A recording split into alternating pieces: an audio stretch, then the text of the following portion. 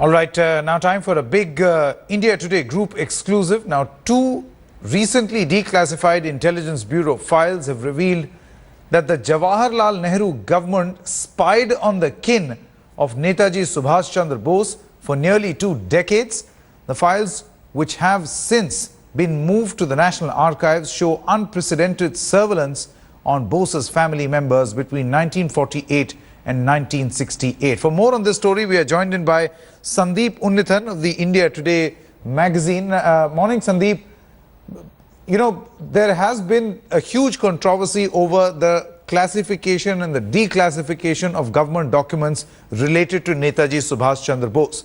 Among the two files, perhaps this is a very crucial piece of information, something that was not known so far.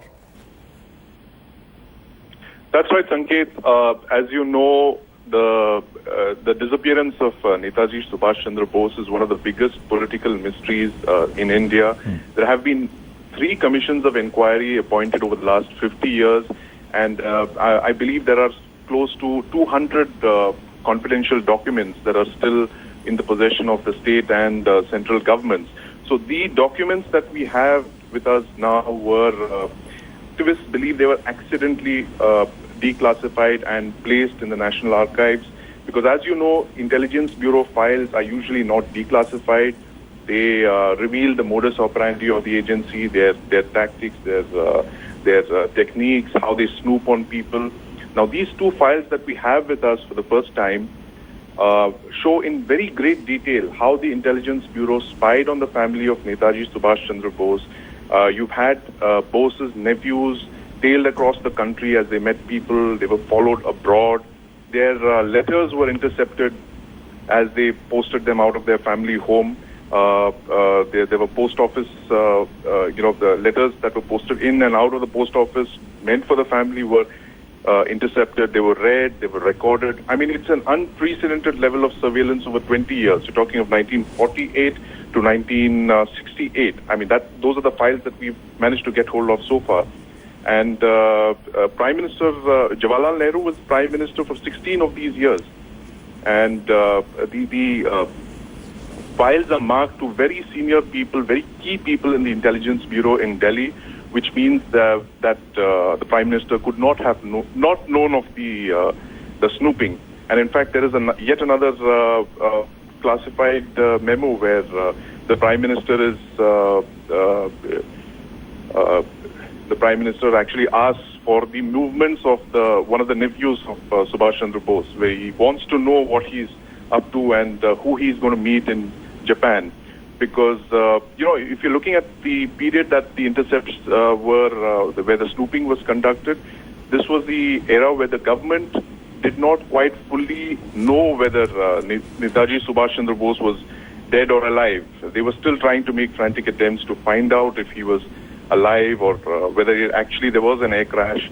Because, I mean, the whole, the life and legend of Subhash Chandra Bose, if you could, is a fascinating story of escapes and disguises. And, he used to appear in Europe and he traveled through Afghanistan.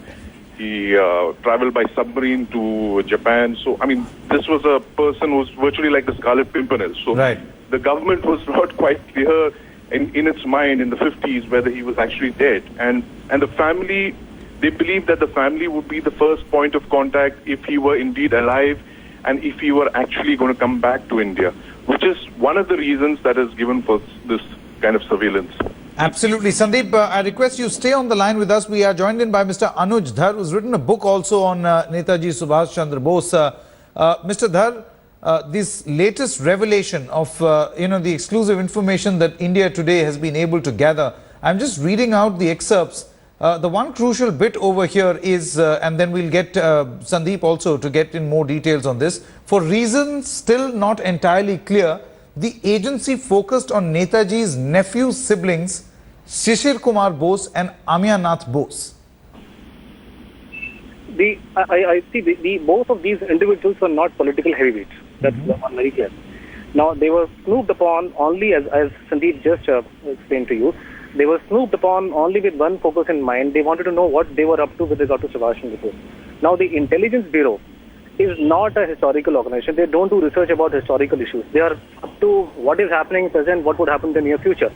So the entire focus, not only these files, if you other files which have not become available, they were only trying to find out what they were up to, the family people, with regard to Subhas Chandra Bose, whom they thought was a current phenomena. They were not talking in terms of past. So, for example, there is one letter written by Netaji's wife which was intercepted and it has been put in the file. Now there, and in the entire language of if you see, look at the file, it's impeccable. It's a perfect English, and there's nothing is amiss anywhere. Now they are referring to her in 55, that is 10 years after Subhas Chandra Bose's so-called death. She is the alleged wife of Subhas Chandra Bose. Now why would you call her a wife? The word is widow. If the man is dead for 10 years, you don't call his wife wife, you call her widow. So there are several giveaways, and when you put these things in conjunction with other material available, for example, we have memos from Pandit Nehru in which he himself is directing his foreign secretary that Omnianath Bose is going to be in Japan, so why don't you find out what he's doing, whether he would visit this Rinpoche temple where the ashes of Bose are kept. Then also there are other data, other information available where the other people linked to Subhas Chandra Bose, politicians and other family members like Subhas Chandra Bose, they were also snooped upon. So the government was very concerned about this entire issue, because what I have been able to find out, because I have done 15-year-old so many years research on Subhash Bose's death. The government knew he did not die. I will want to make it very categorical. Two, the government to find out that is why in all these years, they have piled up around 150 secret files about him. And what has come out is basically chicken feed. Much more is lying with the government, especially with the PM's office. So now in this age and time, 2015, we must demand that our Prime Minister, who talks so much about transparency, he must, without any delay, must release all the files to public, especially those coming from intelligence. Okay, Mr. Dhar, appreciate you joining us. Sandeep, if you're still on the phone line with us, the point that Mr. Dhar is making, that these are just two of the recently declassified Intelligence Bureau files. There are many, many more. But then the two files actually reveal a lot, which clearly goes to show that, number one, given so much suspense around what the government was actually doing with Subhas Chandra Bose, perhaps, this could snowball into a major political issue where there will, like Anuj Dhar mentioned, there will be pressure on the government to reveal more. That's correct, Sanket. The government, in fact, the government line has been pretty consistent over the last 40 or 50 years, if you look at it. All governments, starting from those of Nehru to the present NDA government, have given the same answer to everyone who's asking for the file.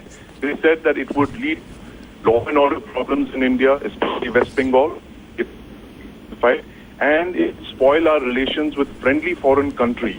Now, this line has been consistent, whether the government has been a Congress-ruled government or it's been a BJP-headed government. So this is only added to the entire mystery around Netaji's disappearance. What is it that the government is actually hiding? What are those terrible keeping that it would actually lead to law and order problems? And that's one of the reasons that there have been activists like Anuj Dhar who've been pushing for declassification of the last or so.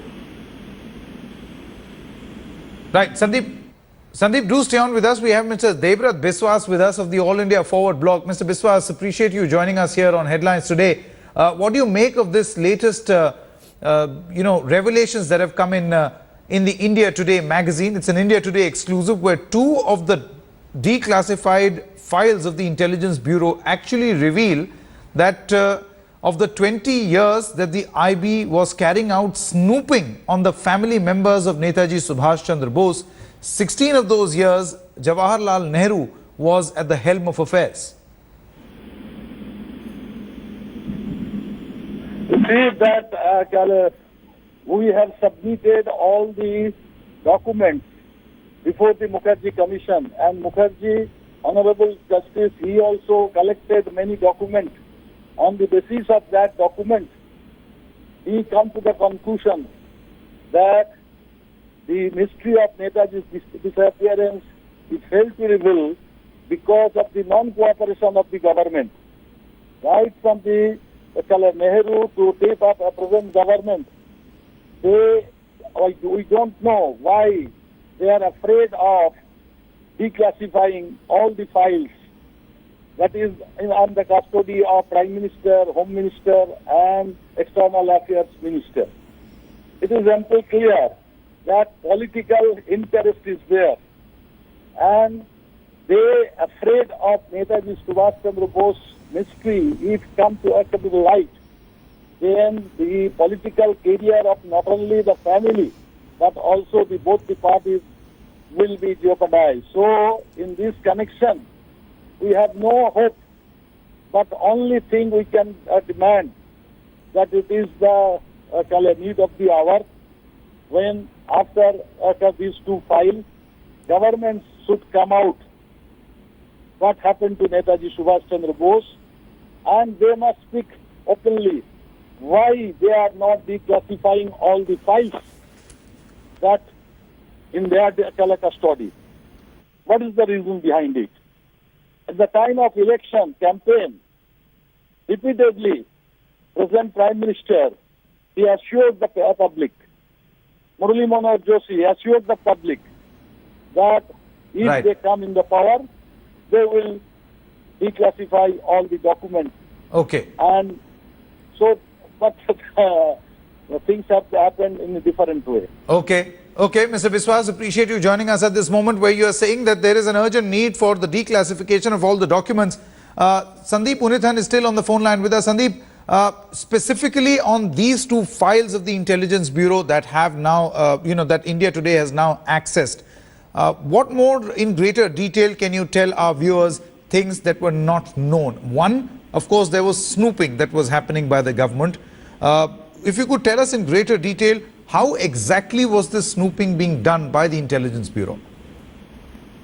Well, Sanket, the level of snooping on the family, it's virtually something out of a John Le Carre thriller, where you had IB agents following the family wherever they went in around the country. They were following them even abroad. They had agents phoning in to say who they had met. I mean, if you see the files dispassionately, it's almost the kind of surveillance that you would have on a terrorist leader or a terrorist mastermind in India today. This is the kind of focus that the family was under. Mails were intercepted, they were followed, they were snooped around, contents of the letters were open. And if you look at some letters that are written by Netaji's wife to his nephews in Kolkata, they're very mundane issues. She's talking about life in Austria and growing up, and she's talking about Netaji's only daughter and how she's doing in school, her studies, and all of that. And this, all of reported by the intelligence, these files, it suggests a level of state paranoia that we see, we would normally associate with a communist state or a Stasi-like secret police, where, citizens, ordinary citizens are under surveillance. Absolutely. Now, Sandeep, also some of the details that we have been able to gather, and perhaps you could tell us in greater detail to all our viewers, is that these files show that the IB actually resumed the British-era surveillance on two Bose family homes. Number one in Calcutta, one Woodburn Park, and 38/2 Elgin Road. Is that correct? That's correct, Sanket. Yes. Now, these homes, these are the two Bose family homes in Kolkata. They're very well known. They're landmarks today, and they were equally known in the 30s and the 40s. The British CID had these homes under surveillance. We don't know when exactly, but we know roughly around the 30s, when the two Bose brothers, Sarat Chandra Bose and us, became threats to the British government. And that is when these homes were under rigorous surveillance, day and night. This kind of surveillance, which had moved the Indian under. So family who I met recently, and I showed them these files, and they were astonished because they hadn't expected this British surveillance. Okay, Sandeep, I just request you to stay on the phone line with us. We have Manish Tiwari of the Congress Party now joining us. Mr. Tiwari, appreciate you joining us at this moment. Two of the files that have been declassified of the Intelligence Bureau of that era actually reveal that there was widespread snooping that was taking place, government-ordered snooping on the family members of Netaji Subhas Chandra Bose. The Congress Party's first reaction. Well, Sanket, frankly, it flies in the face of everything which the Congress stands for. The Congress government, and especially the government of the first Prime Minister, Mr. Jawaharlal Nehru, was renowned for its liberalism. In fact, he laid the foundations of the entire liberal ethos of this country.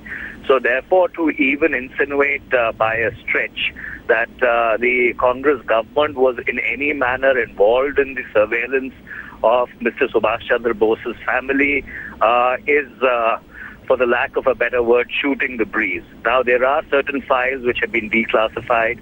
We've not seen those files. I have not seen what the story says. But I can, getting the drift and the essence of the argument, rebut it straight off. That if at all there is any insinuation which is being made, it is conjecture, it is innuendo, and it is incorrect. No, Mr. Tiwari, these files that have been declassified now are between the period of 1948 and 1968. 20 years, out of which 16 years, Pandit Jawaharlal Nehru was in power. He was at the helm of affairs. Somebody would have to really look at the files. Somebody would have to determine as to if at all surveillance was taking place, who had ordered the surveillance, but to try and lay the blame on the door of the first Prime Minister of India, who was renowned for his liberalism. Would you say there should be a probe? Would you say that there should be a detailed probe on this? We've always been saying that. We've always been saying that. But how come these documents were never declassified when the Congress was in power? It's a political allegation. Well, declassification has its own imperatives. Declassification takes place in a certain span of time after those files apparently would have ceased to have any contemporary value. So therefore, declassification is not a political decision till the time the BJP has not decided to make it a political fight. But nonetheless, let me rebut it straight off and say that it is the culture of the Bharatiya Janata Party and the NDA to snoop. It has never been the culture, and if at all that is the insinuation, it needs to be rejected off the bat. Okay, Manish Tiwari, thanks very much for joining us at this moment. Let's get the BJP's perspective here. GVL Narasimha Rao of the Bharatiya Janata Party now joins us. Mr. Rao, you must have seen these reports. It's an India Today exclusive. It's in the latest edition of India Today.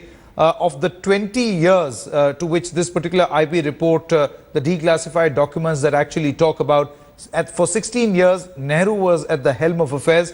The Intelligence Bureau declassified files actually revealed that there was large-scale surveillance on family members of Netaji Subhas Chandra Bose. The BJP's first reaction. I think this only goes to further show. This only goes to further prove the perception that the dynasty, the Nehru-Gandhi dynasty, represented by different generations of it, beginning with Nehru, then Indira Gandhi, and Dr. Indira Sonia Gandhi. All these generations have had only one uppermost interest in their mind. That was to perpetuate their own rule, perpetuate their dynasty, perpetuate or protect the interests of the family. I think it's so shocking to hear that one of the national heroes, who went missing, his family was being spied on for 20 years. I think these revelations are indeed shocking. I think the Congress party must come clean, and I'm sure if you dig into the archives of the IB and various other intelligence agencies over the past several decades, you will find such instances of Congress parties, the first family, using intelligence agencies to spy on their political rivals and their own, and then also challengers to the dynasty within the Congress party. I think it's so shocking, it's so shameful that one of the national heroes was being subjected to this kind of pervasive scrutiny, and his family was put under surveillance. It's very shocking, and Congress must apologize for not only this act and also such acts that they have perpetuated all these years. All right, Mr. GVL Narasimha Rao, many thanks for joining us at this moment. So this is snowballing into a huge controversy at this moment where almost on predictable lines, the Bharatiya Janata Party and the Congress have taken their positions, but it will go way beyond that. as India Today actually gets you this exclusive report, the two IB documents, the files which have been declassified, all the details and much more. Remember, you can read all of that in the latest edition of India Today and also watch Headlines Today for all the latest reactions. Short break at this moment on First Up.